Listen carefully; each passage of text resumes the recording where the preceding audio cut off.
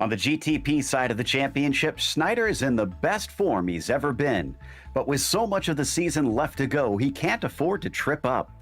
Meanwhile, a brief moment of hope for everyone besides Leskala in the GTO class has been dashed. His back-to-back wins points to business as usual for the Audis. Will a new layout at Silverstone change any of that? We'll find out soon as we get ready to watch round 6 of the iRacing Kamel GT series. And you'll see it all live here on the Global SimRacing channel. Hi, I'm Joe Peak, and with me in the booth is Adam Lindgren. Behind the scenes is our director, Sean Ambrose, and he's using cameras provided by Dougie Beard. Before we get to the details of this shorter version of Silverstone, let's head to our track guide for an overall look at the venue.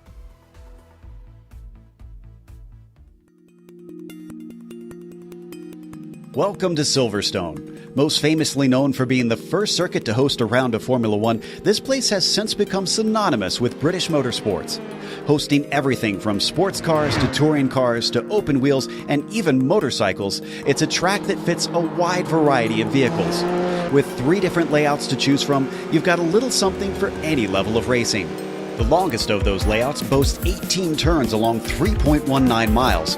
That comes out to 5.13 kilometers in metrics, so it can take a bit to get around it, even in higher-powered machinery. Its main characteristics are the high-speed straights and corners and general lack of elevation change. Its most famous set of turns is most definitely the Maggots-Beckett sequence, in which anything with high downforce finds itself challenged with the rapid changes of direction. However, don't discount the first couple corners in this latest iteration of the track.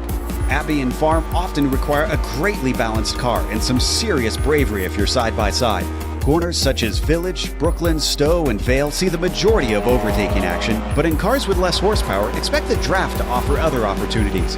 The Hangar Straight is perhaps the most notorious for draft battles to erupt. All in all, this versatile racetrack located just northwest of London provides both history in its roots and action on the tarmac. The huge number of British fans that typically attend events are seldom left wanting.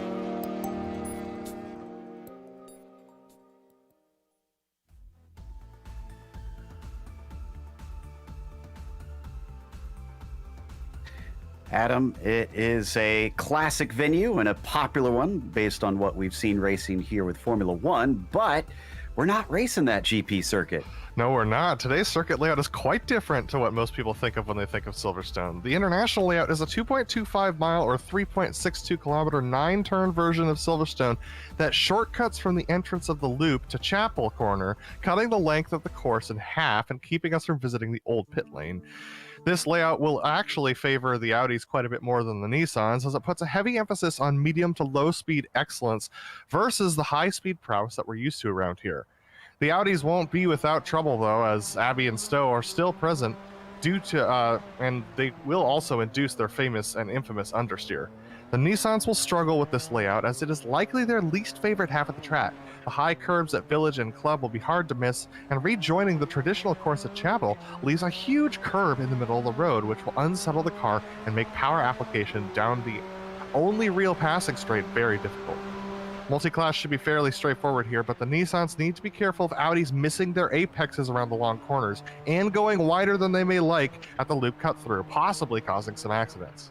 All in all, Joe, this will be a new experience for the series and a new experience for us today, but I'm looking forward to it. Yeah, I am too. I'd like to see exactly how this is going to play out. But before that, let's take a look at the championship situation. I mentioned Snyder's doing well right now. Well, look at that. More than a win's worth, almost 2 whole wins worth that he is ahead of Sintez Galindo. It is very tight behind there, though. The second to fifth has 4 drivers within 11 points. 5 drivers, really, with Gerber and Olsen tied for 4th place. But Fabian usually has some speed. We'll see if he picks that up today. Let's head over to the GTO points. Absolutely, Joe. GTO points are currently being led by Yuko Leskala, who jumped Ove Trangarade as a result of his win last week. Ove, not showing up for last week, ends up dropping by about 20 points to Yuko. Jamie Hamill-Smith holding on to that 3rd position. Hideki Koivisto holding on to 4th, but Phil Lake makes his way back up into the top 5 by jumping 2 spots. Just off of the screen is Nick McConos and Ian Haycox. Ian Haycox losing 3 positions here, but man, it's a tight battle towards the front of this field. But Yuko Leskala, once again, starting to run away with it, even with 1 race missed already and no drop points factored in, Joe. Absolutely. Now, today's race is going to be our regular 40-minute event, and it is round 6. So we're halfway through the season. That's partly why it's so surprising to see Schneider this far up. And it's an open setup series, but they have no fast repairs. Now, it is a modern Grand Prix course, so there's lots of paved runoff. We'll see if they do need any of those repairs here today, if anybody does manage to hit something. In the meantime, they're working on qualifying, and it looks like Laust Olsen, of all people, has the provisional pole. Well, Stolson has been improving his qualifying pace over the last couple of races, so no surprise to see him up there towards the top, but it is surprising to see him ahead of drivers like Nick Schneider. As I say that, Nick Schneider jumps up to the fastest lap, taking it by 6/1000ths over Laust. Absolutely. So, as they continue to cycle their way around, Reed Miller with a handy gap there up at the front. The question is, can Yuko manage to overtake him? He's going to set his first lap, and the answer is a firm yes. Oh, goodness, by almost 5/10 there. Then, of course, we're waiting on drivers such as Heitor Sintez Guindo to put a time down. His first lap, unfortunately, looks like he had a bit of an off track. So not sure if he'll be able to get a clean one in. We're still waiting on Phil Lake to get out on track. Yeah, Phil Lake still needs to get out there on track and try and set his first qualifying time here. But Miller down there in third position, Nick McConos in fourth, Ian Haycox in fifth. Quite a few drivers, once again, the top 5, top 6, top 7 of our championship points up there in the top 5 right now. All we're missing is Phil, who's going to make his way up there as well. But Yuko Leskala coming into the final corners for his second lap.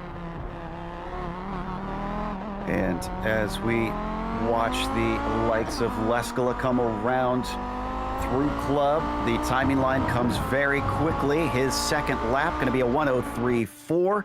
And actually just about 0.04 faster than his first one. Hopley is done with his second lap, so he is not going to be able to put another one in after this. Yeah, awesome to see Laust Olsen taking his first provisional pole, but Martin Krajcik has not set his time in, neither has Joseph Mudrack, so we'll see whether or not they can get it in. They still have 3 minutes to go with a 53-second lap. They got plenty of time to make their laps work. Hideki Koivisto right now currently in the 6th position himself, just about to come around the final corner to complete his lap. Is he going to improve? No. Slower by 0.3, unfortunately. So 3 minutes left. Do we have anybody else that's able to set a time? I see Furcon out there just coming around for his first lap. Oh, but he spins it off the final corner. And that looks like it won't count for him. I'm not entirely sure what's going on there. I see a lap down for him, but he's not showing up on the grid.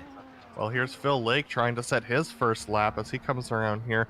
He's on his first lap, coming around Stowe through Vale, now approaching Club Corner. We'll see whether or not he can set a decent time. The curbs around here are very high, locks up the inside tire. That's not going to matter that much here in qualifying. Four-wheel drive powering off of the corner, coming around the final turn. He's going to set a time. That's going to be a 1:03.537. Good enough for second position. 1/10 off of Yuko Leskala. Hopefully his tires are warmed up. We'll see whether or not he can poach pole. So now we turn over to Joseph Mudrack, who puts himself up into the 8th position, but did not improve that, second time by, unfortunately, for the Buckeye. And looks like Phil Lake, one of the last ones to be able to set a time. Furcon gets back out there, but I don't imagine that second lap will work for him. Here is Lake, currently about a 10th off of Yuko Leskala. What does he have? Yeah, here he comes once again through Stowe and through Vale. Let's see whether or not he's able to brake a little bit better this time around. The answer is yes. Still locking up those inside tires. Oh, he hits the inside sausage curve. That might knock off that 10th that he needs in order to take pole from Yuko. He's going to come around the final corner. What's his time going to be? It is going to be a 1:03.472. He is off by a couple hundredths. And that sausage curve, Joe. Yeah, just got to keep it that little bit cleaner unfortunately. A couple other drivers. I do see Marty Ollie still out there, not yet to set a time, but not sure if he's on a flyer, if this is an out lap. He's on a flyer. Let's see whether or not he can get he will be able to get this time in by the time we get there, so he will have qualified, but I'm not entirely sure. Nope, that's going to be an off track. Well then, I think that is it for our qualifying, as the drivers will be able to grid up now. It's going to be an interesting one and a relatively hot day out here with 105 degrees Fahrenheit on the track surface. So expect the drivers to have to be dancing around some slipping and sliding on there. Absolutely, and that 5 to 6 mile an hour wind is actually going to be affecting them as well, Joe. So very interesting to see how it's going to affect especially the GTPs as they head down the Hangar Straight. Okay, cars now start to grid up. So our starting order for this afternoon is Laust Olsen on the pole with Matthias Hovdahl starting in second. It's Nick Schneider in third place, followed by Sintez Guindo in P4. Fabian Jungbluth will start from fifth. He'll have Martin Krejcik to his outside. Austin Campbell, seventh for him. Mark Gamick in eighth, and then Joseph Mudrak gets bumped down to ninth in the end.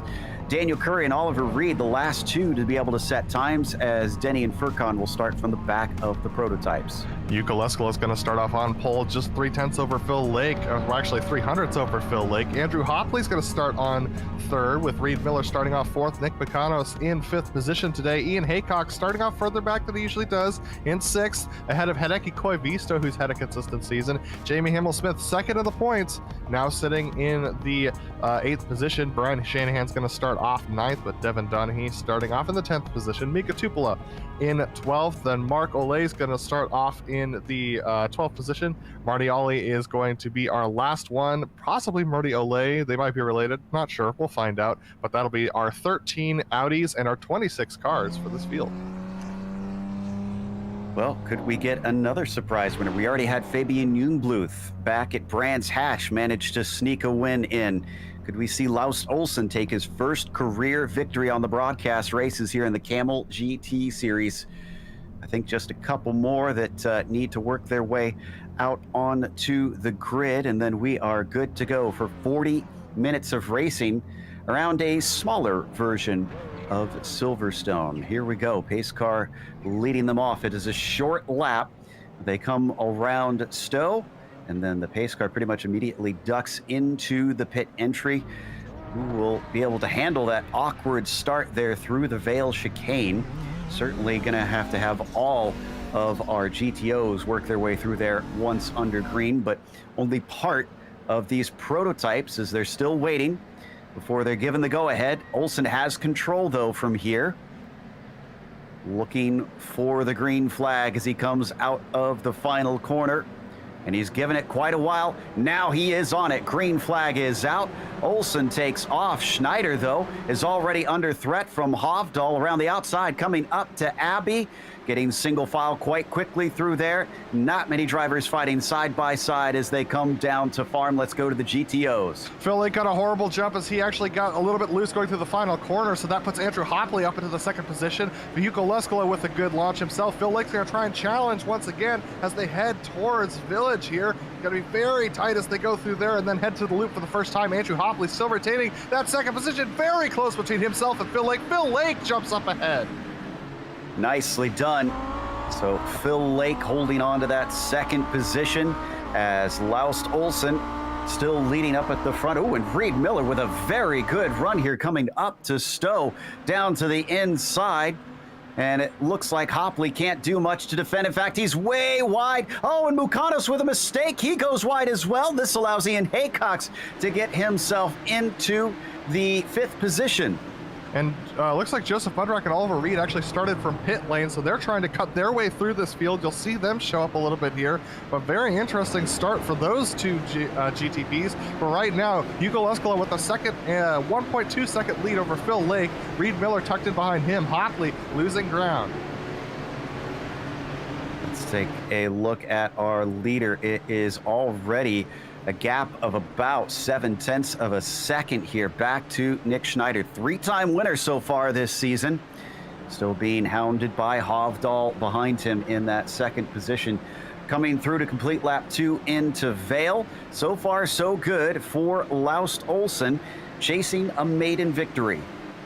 Laust Olsen doing a good job at the front, currently 0.7 of a second ahead of Niklas Schneider and losing that time. Joseph Mudrack, though, trying to come through our leaders here, going around the outside of Phil Lake through Stowe. That's a little bit of a risk going around the outside of an Audi through there. Able to get it done, and he's able to make it past Jukka Leskala as they start their third lap. I'll get the words out eventually. So Lake still retaining that second spot. Leskala keeps the gap at about 0.6 of a second currently down the front stretch into Abbey. Let's continue to ride on board here through Abbey and Farm. Very swift right and then left, even in these Audis. You can see the understeer that Adam was talking about, and then they have to get on the binders down into Village, but not nearly close enough for Reed to attack at this point. Now riding on board with Phil Lake, looking at the back of Jukka Leskala. It's about 1.3 second gap that you're looking at here as we go back, and we just took that shortcut through the loop right at Chapel and now onto the hangar straight. And this is where Jukka looks like he's pulled enough a gap that Phil Lake can't gain on the straightaway using the draft. So as they dive into Stowe one more time, Jukka Leskala just out front right now. We have a late joiner. Sintez Guindo seems to have lost his connection, and he's finally back, but unfortunately is 4 laps down from the leader. So going to be a long day for him as we continue to watch the top of the GTOs. Jukka Leskala heading along the pit straight, heading off to 5th place. This is in the GTOs between Ian Haycox and Hideki Koivisto.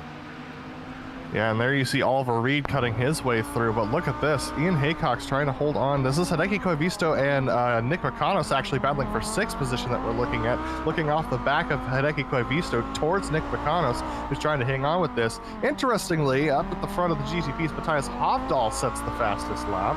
So we'll keep our eyes on that, and you can keep your eyes on it as well up at the top left of your screen. We're looking at the intervals right now on our timing and scoring tree.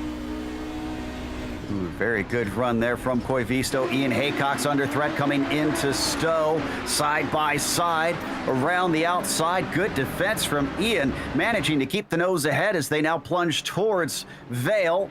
And he's going to outbrake him. A little bit of a poke to the inside. Suddenly turns around Koivisto. Mukanos, unfortunately, sending his rival off into the grass.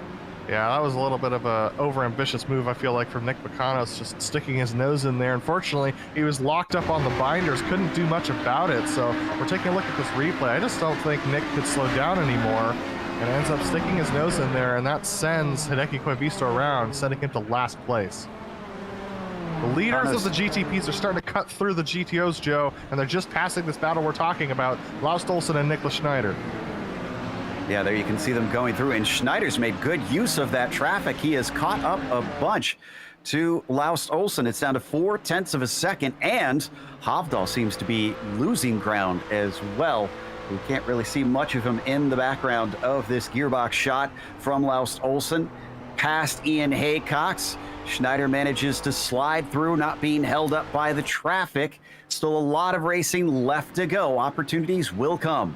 Look at Niklas Schneider gain on braking. He's very aggressive on the brakes right now. What we saw last week was that it actually caused a little bit of issues for the GTPs later on in the race. Here they go past Andrew Hopley in that 4th position. They're going to catch up to Reed Miller and Phil Lake, who are currently not super battling for that 2nd and 3rd, but once again, they're going to actually catch up to Oliver Reed, who's a lapped GTP, and he's just going to go off track a little bit here. Niklas Schneider has to take avoiding action just in case, but here we go. Niklas Schneider up the inside of Reed Miller as they take that right-hander on Chapel and onto the back straightaway. Laust Olsen with a much better jump is going to be able to gap him a bit.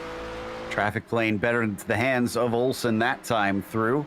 So Schneider draws back to about 1 second behind our GTP leader. Now going by the GTO leaders here, Lake and Leskala, who themselves are still only split by about 0.5 second. Yeah, and that all happened because of the lapping cars that were getting past them, some of the slower GTPs. But looking back from Leskala at Phil Lake now as we head back onto the Hamilton straight, And once again, here comes Fabian Jungbluth trying to, Matthias Hovdal actually trying to get by. Fabian Jungbluth will be the next one to go through. Looks like this is all going to work out well for Phil Lake. Is it going to work out for Yuko? Yes, it is. Yep, able to get down to the apex down in Village there, not lose too much time for those prototypes around him. Still looking for something to bubble up to the top here amongst our leaders who have been dangerously close to one another. Back in 5th place in the prototypes, Martin Krejcik in the number 12, being chased by Austin Campbell in the number 13, and they're going to get plugged up behind Lake. Yeah, this is actually going to hold up Leskala on the braking. Lake almost gets into the back of them. Here comes Campbell around the outside, and it's going to be side-by-side contact through Club. Campbell off of the final corner is ahead. How are they going to navigate through Leskala? I think they're going to be able to get by before Abbey here. Campbell has, and Krejcik has, so they can leave them be. Tense moments, but Krejcik finding himself elbowed out of the way for 4th place there with, 5th place rather, with William Campbell cracking into the top 5. Next up the road from him is about 6 seconds to Fabian Jungbluth. Absolutely, and they've got a long way to go to get up there towards Fabian Jungbluth, but there's some pretty good chaos going on for 7th and 8th in the GTOs right now. And actually, we just had a spin. Devin Donaghy just Jeffrey Furcon just ended up spinning off the nose of Devin Donaghy. Jeffrey Furcon in 10th place in the GTPs, and that was going through Village.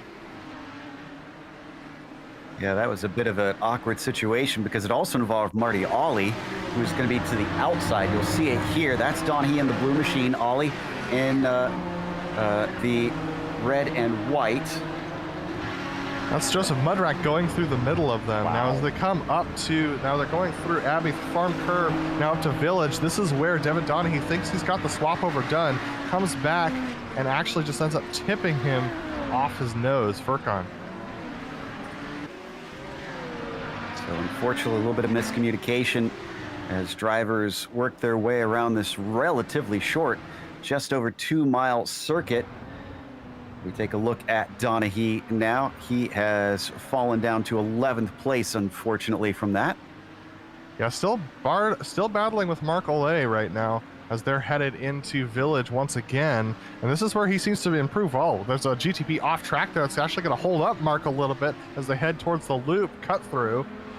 Here we go once again. Let's see whether or not we can get a little bit of a better exit for Devin, or is Devin Donaghy going to try and go up the inside? Here he goes up the inside of the hangar straight into Stowe. Is he going to be able to hold the apex? Oh, here comes Mark Olay around the outside again. A little bit of nose to front contact almost as they went through Stowe there, but able to hang on to it. Mark not offering a whole lot of defense coming down to that corner. Ooh, takes a look down into Vale, but it is not there behind them catching up. It's Tupola and Koivisto, who, remember, is out of position. So he's trying to charge through the fields. Might be able to make some good inroads with a couple of cars lined up for him now. Absolutely, and it appears that some of these cars in the back of the field are using the automatic shifting pattern for the Audi, which is significantly slower than if you have an H-pattern shifter. H-pattern shifter. Olsen's lost the lead. Olsen just lost the lead now. And I think that was with the traffic we were watching. Yes, coming into Abbey, Olsen checked up, and Nicholas decided to dive right in. Here's the replay. There he goes, right around the outside. Yeah, this was Laus just getting held up by the traffic that decided to battle as they went through Abbey, which is a very ambitious place for two Audis to battle, but they were side by side approaching the corner. I would have thought Laus would have tried to go around the outside of that, but he just gets a little bit paralyzed by the target fixation and can't get through, but now he's under threat from Matthias Hovdal. Yeah, not only could he lose the lead, but second place as well, because Schneider's starting to drift away from him. They come onto the Hamilton straight once again. But no traffic for them this time, although there is some for Schneider. He'll be cost a few tenths in that exchange. Will it also equally hurt Laust Olsen? He has to dive off the racing line to get up the inside of Marty. And this is going to allow Hovdal to get ever closer to that rear wing. Yet more traffic for Schneider. He is just getting bogged down amongst Audis. Absolutely. This is a good thing for Laust Olsen and Matthias Hovdal. Matthias and Laust both drafting one another here as they come up towards Stowe. They have Nick Makanos, who's looking for the apex. He's going to hit that and then fade off of it here, which means that Laust Olsen's going to be able to cut through. Good communication between those two drivers. But Matthias Hovdal right up his rear wing. Laust has got to be feeling a little bit of pressure at this point because of that mistake that he made last lap. Up in front of him, it is Haycox, and he's going to have to duck underneath. Good run from Hovdal. Side by side coming up to Abbey. It's going to take a brave one to stick it out, and Hovdal doesn't have the grip. He falls back a little bit. Does he switch to the inside coming down to Village? Yes, he does. Tries to outbrake Laust Olsen, but Olsen gets to the apex first, and back into third goes Hovdal. Doesn't matter how short the layout is, some of these moves are so legendary, being done for over 100 years here at Silverstone. So cool to see once again. But here comes Hovdal once again with the draft. We have Daniel Curry up ahead of these guys, a GTP who is going yet another lap down to these guys. And look at this, Laust Olsen, he's not sure whether Hopley was going to go for the apex, braked a little bit early. Hovdal also braking early there. Now they've got Daniel Curry up ahead of them. How's Curry going to handle this lapping situation?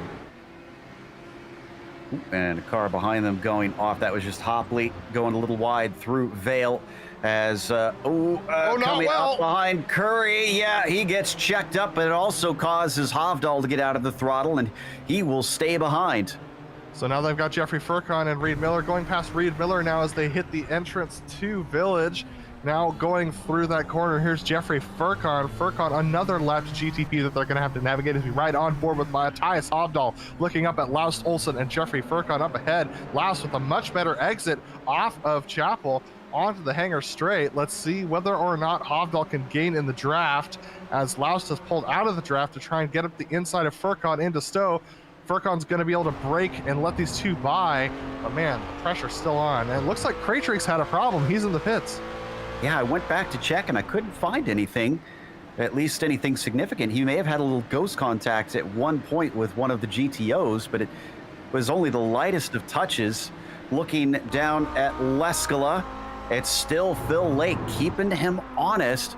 Phil has turned on the overdrive lately. He usually doesn't quite have the pace to even be close to Yuko. Now he is not only hanging with him, but making him sweat. He's definitely going to make him sweat, as that was Hovdal cutting the corner, forcing Leskala to go wide. Leskala trying to compensate by doing a late apex through Village, able to do so and maintain that position. But Phil Lake right on his rear bumper with the draft. He should be right there by the time they hit Stowe. And they're going to have some friends coming through. Furcon will interrupt it. Is this going to allow a pick? Oh, a little bit of contact with Leskala. Brushes him aside. Miraculously, he holds the line. And it's not going to keep an attack away from Phil Lake. Oh, maybe it does. He decides not to try and take him down into Vale. Slots back into line.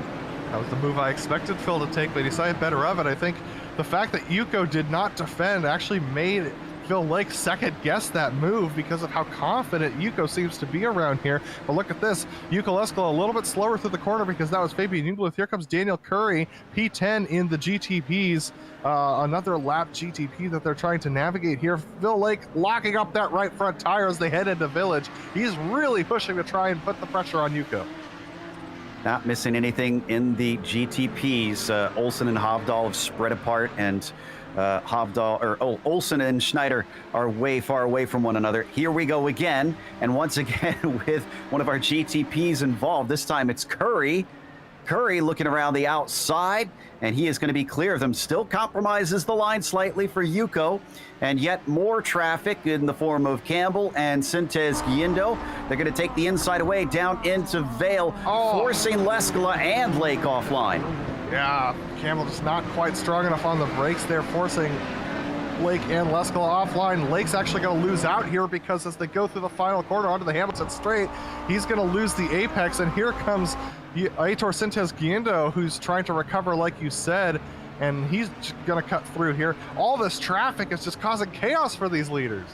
Don't think they've been able to get to an apex for about half the lap now, and indeed they're going to have to miss this one as well. Here we go. Gamek going through. Oh, we're going to see a move from Phil Lake? No, not down into Chapel. the short version of Chapel, but look at how close he is, picking up the slipstream down the hanger straight. What has he got for him? This is his best opportunity that he's had. He's going to take the inside or the outside. He's going to think about the outside. Let's see whether or not this works. I haven't seen it work today in the Audis. Look at this. Yuka Leskola taking it deep, but still hitting the apex. Phil Lake is going to try and take it, power it around the outside of Stowe. Vale coming up, going through Vale up to the club corner. Phil Lake just can't make it stick on the outside. I'm not sure that one was the right choice. Valuable information, though. We're only halfway through this race. I'm sure he's going to keep that in the back of his mind. Coming onto the Hamilton straights, still within just a couple tenths of that number one machine. The nearest GTP is Joseph Mudrack behind. He'll hit them when they exit the loop. Let's see whether or not Phil Lake makes the move up the inside. Here we go, into Village. Yuka Leskola late breaks, tries to come to the apex. Phil's there. Yuka has to stay off of the apex now as they go through the loop. Is Phil going to send it up the inside again? No, he does not. Once again, choosing to stay behind. Here comes Mudrack. Once again, be able to pull on the draft. Leskola knows it, covers him off immediately, making sure that Mudrack goes around to the outside there. And then Leskola down to the inside. Once again, an attack from Phil Lake. This time he actually holds the overlap coming through.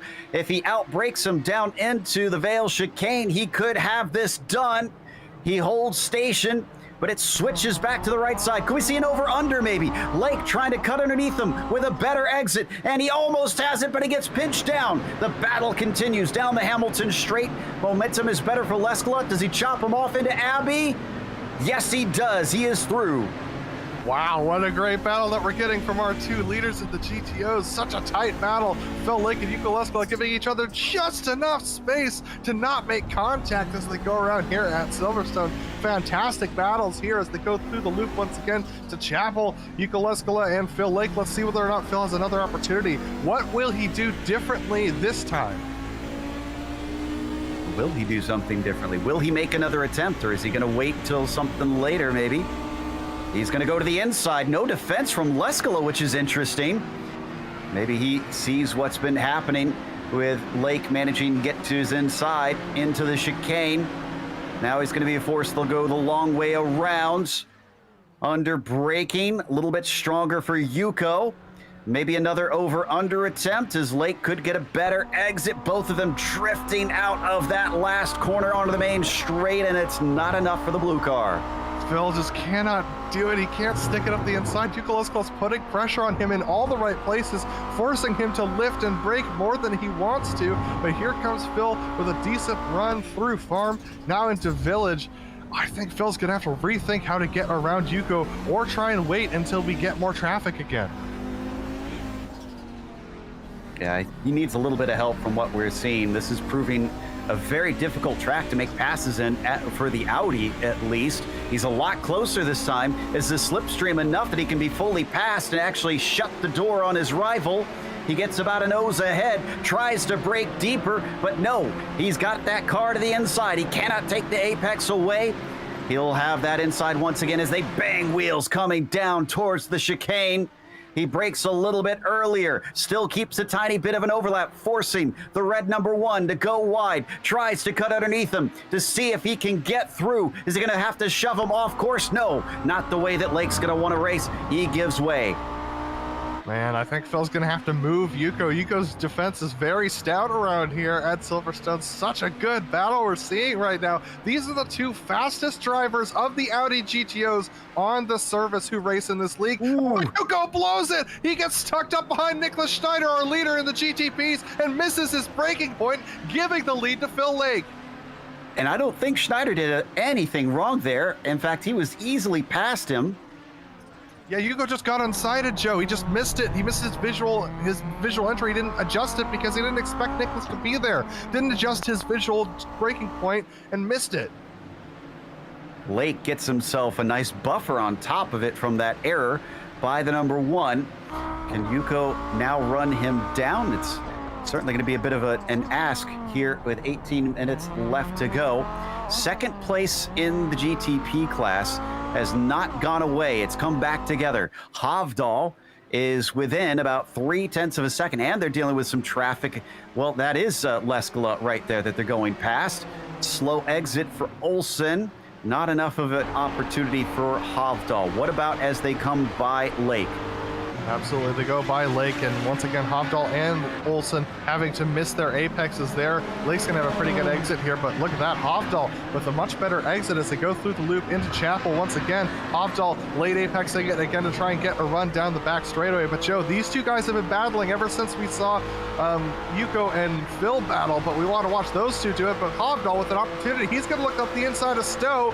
And look at that, Laus Olsen just using the downforce to try and stick it around the outside. Does he have the tires left? Neither of them do. Hovdal getting a little bit loose as they exit Stowe. Here we go to the fail chicane. Hovdal looking up the inside again. Olsen's gonna give him room, but gonna gain that, keep that position. On to the Hamilton straight one more time, and Hovdal has been getting aggressive now. He wants to try and take this spot away. Olsen's been playing a good defense.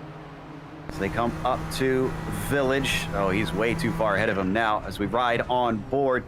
Get a good idea of the driver's perspective here. Lap traffic in front of them in their own class. Oliver Reed. Will this be the chance? Nope, it's not going to be, because Reed immediately pulls out of the way with a handy wave past. And so there goes the chance to pick for Matthias. Yeah, I think the weakness of Olsen is actually through Village. He takes it very deep every time, almost goes off track there. If Hovdal could attack into Village and take away that apex from Laus Olsen, I think Laus would carry too much speed through and go off track, which would mean he'd have to rejoin and give back the time that he gained. So I think if Hovdal can get a good approach through Abbey and Farm, he would have a good opportunity to make that pass through Village if he could put some pressure on Olsen. Well, they're all dealing with the same conditions out there. And coming down into the Village hairpin, leading past the loop here in this version, cutting across and onto the hangar straight.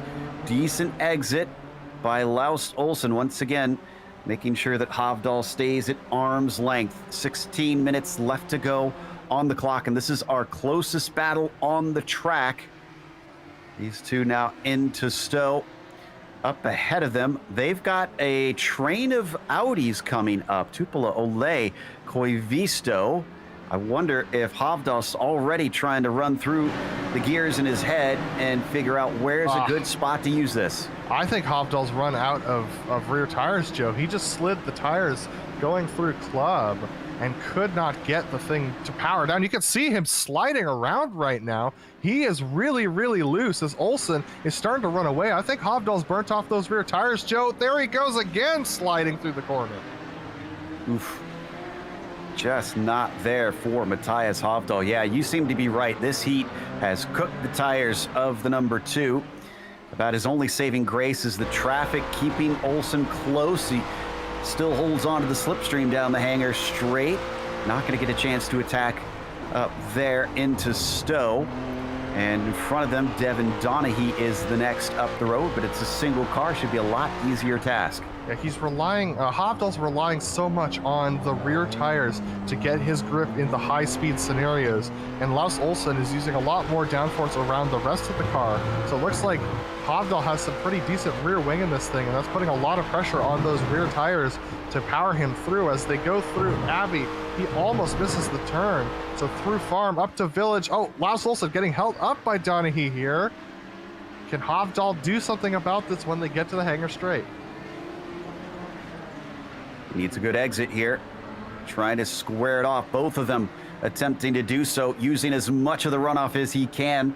Hovdal tries to get every ounce of speed out of it, but it's still not going to be enough. Only getting up to about 173 miles an hour before they slam on the binders once again. Shanahan, ooh, that was a tough call on where he should go in that situation, but Hovdal still can't capitalize. Yeah, the rule of thumb is always to race your line, as I think that Oliver Reed has spun one more time on the gap between Village and the loop. But Oh, here we come up to a battle in the GTOs. This will be interesting. Olsen has not handled these well so far this race. Hovdal trying to follow him through. This is between Marty Olay and Ian Haycox. Ian in the 8, Marty in the 17. And they are able to make it through there. Laus Olsen able to navigate through much better than Hovdal, but Hovdal trying to gain as they go through Chapel onto the hangar straight. Can't quite make the gap up. He's so achingly close. And that battle behind them that they just went through, Haycox, Olay, and Hamel Smith, is for 6th position right now. So we'll keep half an eye on that in case that starts to erupt. In fact, there it is right now. It looks like what was going to be a threat by Ollie on Haycox is now him having to play defense on Hamel Smith as they get passed by by Fabian Jungbluth, similarly painted car to Nick Schneider. Hamel Smith with a decent exit as they go through Club, but can't get it straightened out quite enough. In the Audis, it's so difficult to do so because of the natural understeer of this machine. Hamel Smith, though, gaining a little bit on Ollie as they go through Farm Curve up to Village here. Looks like Ollie's going to be able to hang on to it right now, but Hamel Smith looks like he's just a little bit too tight for his comfortability. Yeah, just doesn't really want that car right behind him, and unfortunately, well, actually fortunate for Ollie, he gets a great exit coming off of Chapel. They're going to let Sintes Guindo go through as they hit the braking for Stowe Corner. That does compromise Ian Haycox just a little bit in front of him, not enough to be too concerned. Haven't been missing anything with Nick Schneider, actually, as we mentioned him briefly ago. He's up to 9.5 seconds ahead of Laus Olsen. All that battling between the 14 and 2 has given Schneider a good shot at winning 2/3 of the first half of the season. And going back up to Laus Olsen and Matthias Hovdal. Hovdal's rear tires are just so spent, Joe. He's really struggling to get any power down in the high-speed sections. And now that there's a little bit of clear track, I'd expect Olsen to start running away from this a little bit. As we hop on board with Hovdal, let's keep the cameras here, but I also want to give a nod to Phil Lake, who has not only managed to overtake Leskala, but Leskala's not caught him. That is no mean feat. Yuko is usually by far the quickest driver in that GTO field, so this means that Phil has found something special here at home track for him. Hovdal trying to catch up without overcooking those tires anymore. He's going to have to hope for some lap traffic. Leskala offers it, but not in the way that he wants, as he gets held up through Village. Yeah, Hovdal's going to be able to go through the loop. Wow, you can see just how unsettling it is to exit the track and go through that cut through. You can see Hovdal just skipping across there, his hands having to correct to make sure to catch the car. But Olsen starting to run away at 1.2 seconds. Olsen's approaching Phil Lake, our leader, who takes the apex of the corner, and a little bit of miscommunication once again. No, actually, Phil took his normal line, but Laus Olsen was expecting to be able to cut through there a lot quicker, was not able to do so, and now he's lost that gap that he had to Hovdal. As that was happening, Ollie managed to get by Haycox. That was for the 6th position. I don't think that's over, though. They're going to go side by side again. Oh, Haycox almost looked like he hesitated for a moment. Could we go 3 wide? Hamel Smith thinking about getting involved. Yes, he tries to stick his nose in. Little bit of a drift into the side of Marty Ollie, but rubbing is racing in this case, and Haycox holds his spot, but he'll be on the outside of the next corner. Ollie takes a shallow line and locks him up on the way in. Could this offer the over-under? Haycox tries to cut underneath. Can't get the launch. So close between these guys. 3 wide as we entered Stowe in the Audis. That's a big risk for these guys. But Ollie right now holding on to that. Oliver Reed can't decide where to go. He's going to hold up Jamie Hamel-Smith behind these 2 guys. But Ollie and Ian Haycox really dragging it out here. Here comes Oliver Reed up the inside. Where is Ian Haycock's going to go? He's going to do the over-under here on Oliver Reed. Oliver Reed down in the 11th position. He's going to duck it down to the inside of Marty Ollie. This is going to hold him up coming off the corner, and a push! Ollie off track. GTP goes flying, unfortunately, out into the grass. The 17, though, is not done with things. Here comes Haycox trying to gather him up. but he can't get underneath him down into Stowe this time. Will he do something different into Vale? Will he try and duck under? Behind them, Hamill Smith put offline by the GTP of Curry, who weaves between themselves and the next car back, which is Shanahan. Now he'll finally get some straightaway. I don't know if he has enough pace, though, to get by before Abbey. He doesn't have enough pace to get by the two guys. Which one is he going to pick? He's going to pick Ian Haycox. He's going to go for both of them as Marty Ollie decides probably what was wise and not take the apex at Abbey. Both Ian Haycox and Marty Ollie having to be put offline there. Jamie Hamill-Smith almost running into the back of Ian Haycox. Here we go. Ian Haycox with a decent run through the loop. Can't quite get it done, though, as Marty Ollie had to come off of that hard apex. And now back on to the hangar straight once again. This is an opportunity for Haycox. He's got a great run. Ian almost had a fantastic over-under there coming through Village. Did he learn anything from it? Ollie doesn't defend. Down to the inside, but pinched off. Ian Haycox backs out of it, accelerating off the corner. Slight little dip down the hill and into Vale. Once again, they stay in position. Ollie leading Haycox, leading Hamill-Smith, and now Shanahan and Donaghy are also involved in the fight. It's become a 5-car battle. Absolutely a 5-car train now. When going through Stowe in the Audi, that move up the inside. Oh, here we go with Matthijs Hovdal and Laust Olsen making their way through. Hovdal almost losing it as he tries to cut through the field, but going through Stowe in the Audi, that inside move is never going to work because the speed of the corner is such that the drivers are not able to maintain that line and the corner speed that they need in order to do so. As we see Ian Haycox once again getting cut off by the GTP. It's a good exit there, but Marty Ollie off in the distance a little bit. But Jamie Hamill-Smith is under pressure from Brian Shanahan for the 8th position. Yeah, separated the front 3, and now it's the back 3 instead that have closed in together in this battle for the mid-pack of the GTOs. Hamill-Smith thankfully able to get to the apex as Shanahan wasn't close enough to attack. Down into Vale, same deal. Just holding that green and white machine ahead of the black Audi, but look at how close he's getting in the slower corners. Absolutely, all of them are going to accordion together once again. We got Fabian Jungluth who's coming through. He's going to get to them by the time they exit Village, most likely. So Devin Donaghy will be the first driver for these guys for Fabian Jungluth to reach, and here he comes through Village. Down into the right-hander, he'll separate Shanahan and Donaghy for a brief moment. We watch from the perspective of Jungluth. Now cutting across, and he gets plenty of space to run past all of them now. Oh no, Nick McConnell and Laust Olsen have made contact, and Nick McConnell powers it into the back of Laust Olsen and pushes him off track again. And that is Hopley involved in it as well. Sorry, that was Hopley. I misspoke. It was not Nick McConnell. Nick McConnell dodges this one, but it was Hopley who ends up getting into the back of Laust Olsen. Oh, didn't know that Olsen was going to put his car there, tried to go to the racing line, and unfortunately 2 into 1 does not fit, and they clatter together. Hovdal finally gets the spot he has been working so hard to get, but he needed some outside help for it. And there you see Hopley's view on board the roof. Yeah, Hopley just got into the grass there, and the grass seems to speed up the car, it feels like, whenever you get out there. He was on the brakes as hard as he could be when approaching Olsen, but just couldn't slow down enough as Olsen was on the tarmac, and unfortunately couldn't make it work. Here is Joseph Mudrak, who's just made it past Mark Gamick for the 6th position. We're looking back through, well, what is usually the double O cam, but is now the double oval cam. So the battle between Gamick and Mudrak. Last 2 on the lead lap as well.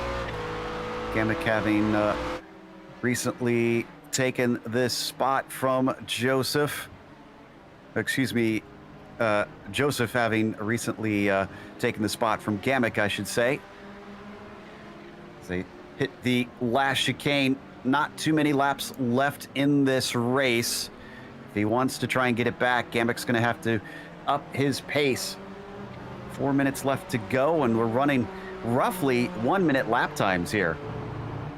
Taking a look once again at Ian Haycox and Jamie Hamill-Smith in the seventh position for the Audis. The Audis starting to do a lot of front lockups here as we get towards the end of this race. I have a feeling the drivers are feeling a little unstable under braking, so they're pushing that brake bias to the front and try and make sure they don't spin the cars around under braking. It's very easy to do in the Audi, believe it or not. But we're taking a look at Ian Haycox, who's now closing on the back of Marty Ole for that sixth position. Breaking into Stowe. Haycox not close enough. 2 car lengths back from the 17. He's going to have to get much closer, as we've seen, even past him potentially on the way into the corner to make it stick. Stowe just doesn't seem to give the pass to many drivers. It seems to carry on the battle through the next few corners unless you are fully by and can slam the door shut. That's Mudrack now separating them briefly. Yeah, I've always made it my position when I'm racing at this course to not try and pass through Stowe because it never seems to work out for me.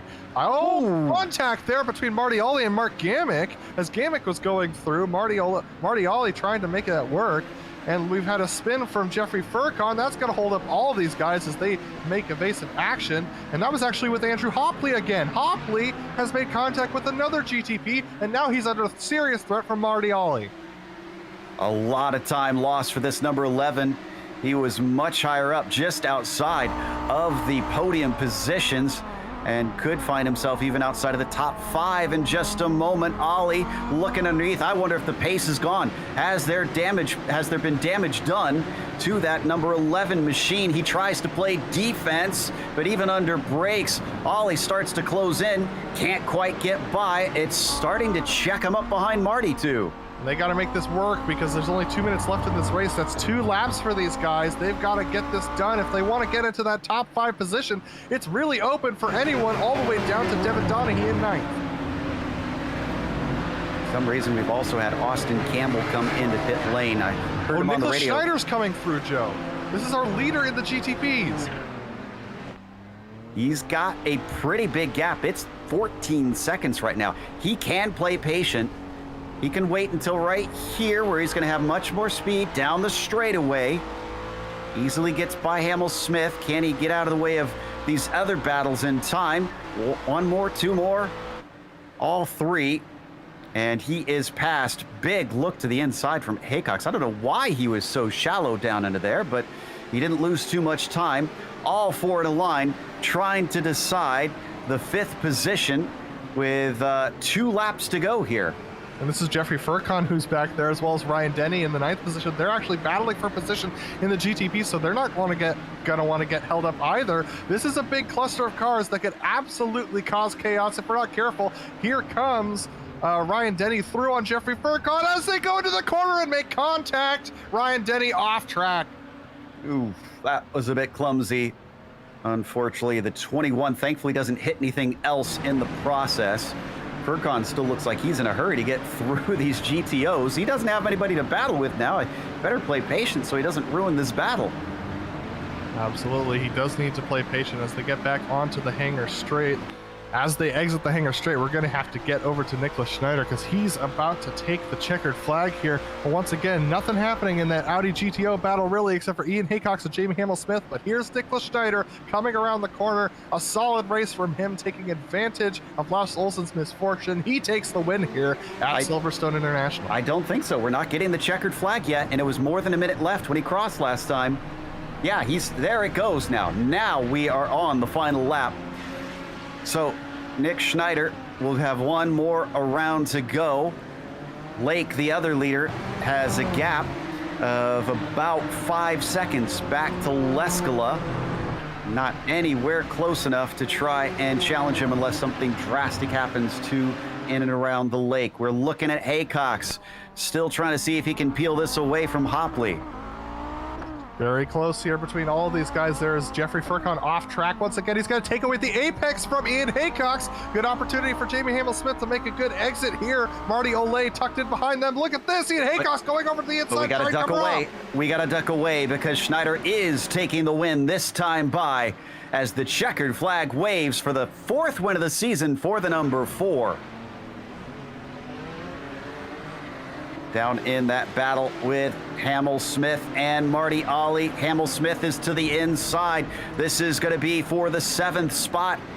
And they've got all kinds of traffic around them, including Laust Olsen fighting for his life, fighting for his podium with Jungbluth, but it looks like Ian Haycox is going to be able to come away with it ahead of Kamel Smith and Ollie, as well as Olsen just finishing in 3rd. Disappointing after standing on the pole on the start today. And here comes Phil Lake around the final corner for the final time to take the win behind these guys. He was so far ahead of them.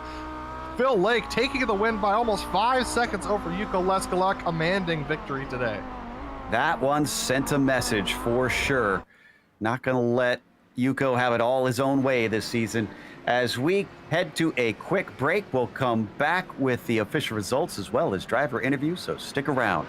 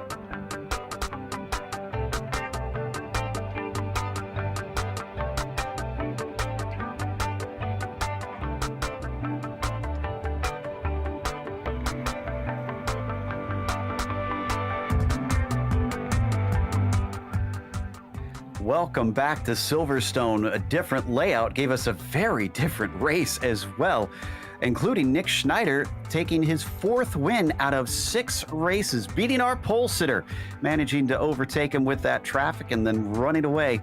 Hovdal was in 2nd instead as Olsen fell from 1st to 3rd. Just couldn't manage it like his rivals out there. Fabian Jungbluth was in 4th after Joseph Mudrack climbed from 9th to a top 5. Mark Gamick was 6th, followed by Krejcik, the first one lap down in P7. Drivers having some problems out there today. Denny in 8th, Furcon 9th, Austin William Campbell, unfortunately not seeing the checkered flag in the pit lane. Curry and Sintez Guindo befell the same fate, along with Oliver Reed today. Phil Lake took home the win over Yuko Leskala after a hard-fought battle in the middle of the race. Yuko Leskala just couldn't keep up with Phil Lake once Phil made it by. Reed Miller, very consistent, very quiet today. We didn't talk about him much, and he's probably happy about that, coming home in the 3rd position. Nick McConos, a fantastic recovery drive after an appalling first lap where he got caught out by quite a bit of incidents, climbing from 6th back up to 4th. Andrew Hopley dropping down to 5th after being as high as 2nd place at the beginning of the race. Ian Haycox finishing in the 6th position, with Jamie Hamill-Smith in 7th, Marty Olay finishing in 8th, and Devin Donaghy 9th, Brian Shanahan 10th. All those guys battling hard up until the flag. Hideki Koivisto could not recover from his early spin, finishing in the 11th position, with Mika Tupola and Mark Olay also finishing in down a lap. That takes us to our winner in the GTOs, Phil Lake, who managed to outrun Yuko Leskala. Phil, we normally talk about how you don't seem to have the pace, and Yuko's just miles ahead of above everybody in this car. But today, you found some special secret that he did. What did you know that he didn't? I don't know really. I think I learned tracks quite quickly, and obviously we've never been here before, so maybe that was something to do with it. And he has also been dabbling a bit in the GTP in the week, so maybe he's not practicing as much these days. But I definitely had the race pace. I still couldn't quite touch him in qualifying, but it was a bit closer today. Home territory for you as well. And considering you missed out with a disappointing finish at Brands Hatch, does this feel like redemption on home ground?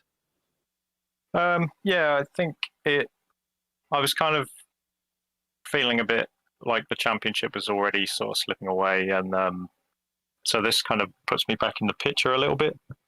With the Brands Hatch win, I would have been right in the picture. So we'll see. I think this kind of motivates me a bit to keep pushing for the rest of the season. I can understand. That's 2 wins now out of 6 races, and that is not too bad of a record here in the first half of the schedule. Heading off next round, going to the Charlotte Roval, though. That one tends to be a little bit chaotic for these cars. Are you nervous at all there?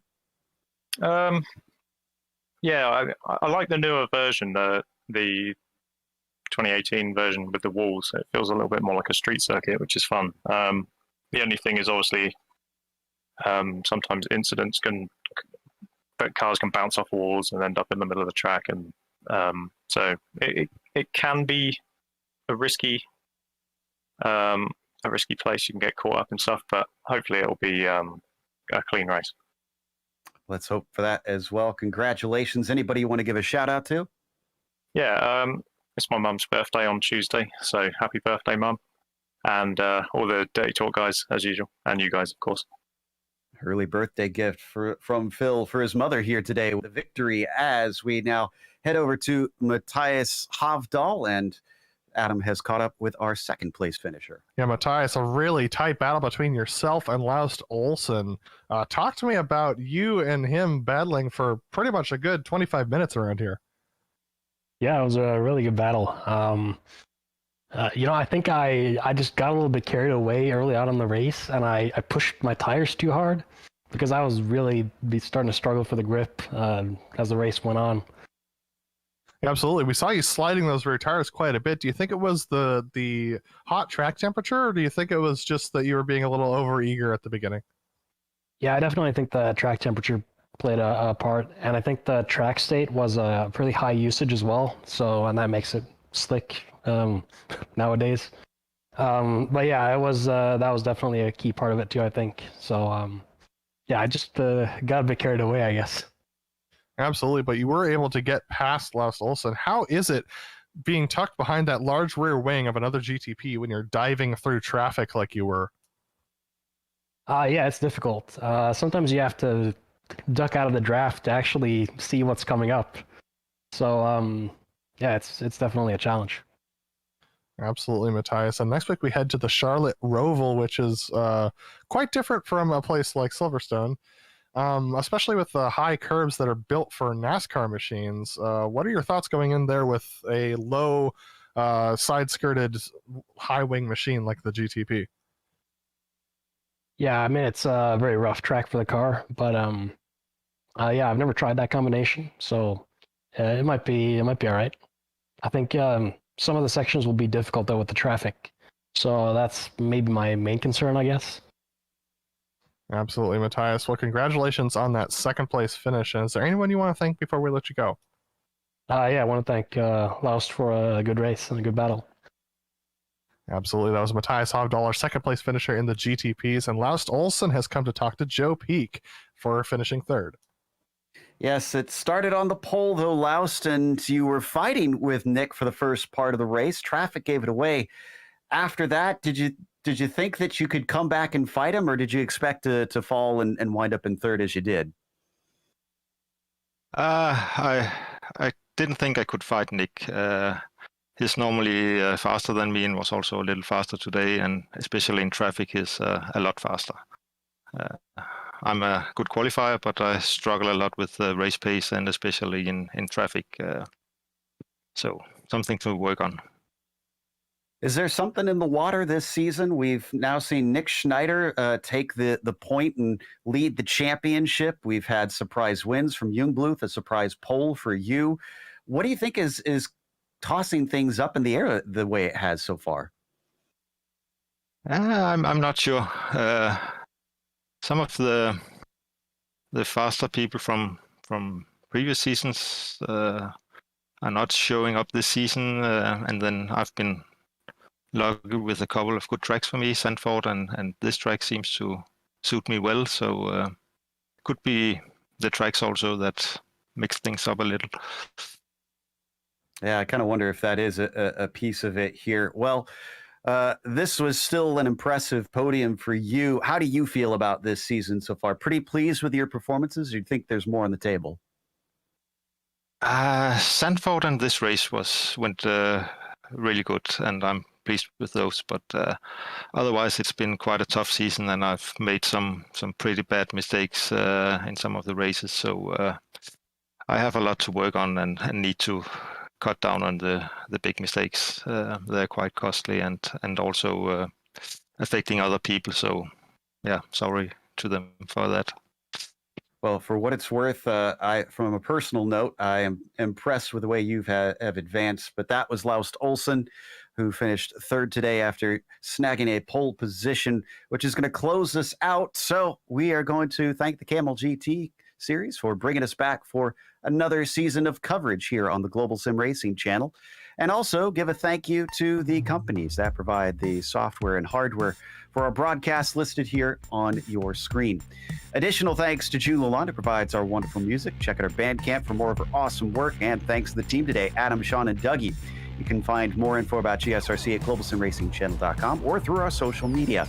Also, check out our merchandise store at simracingmerch.com/GSRC. Links in the description below. If you go down there to click it, don't forget to subscribe to our YouTube channel so you don't miss a moment here on GSRC.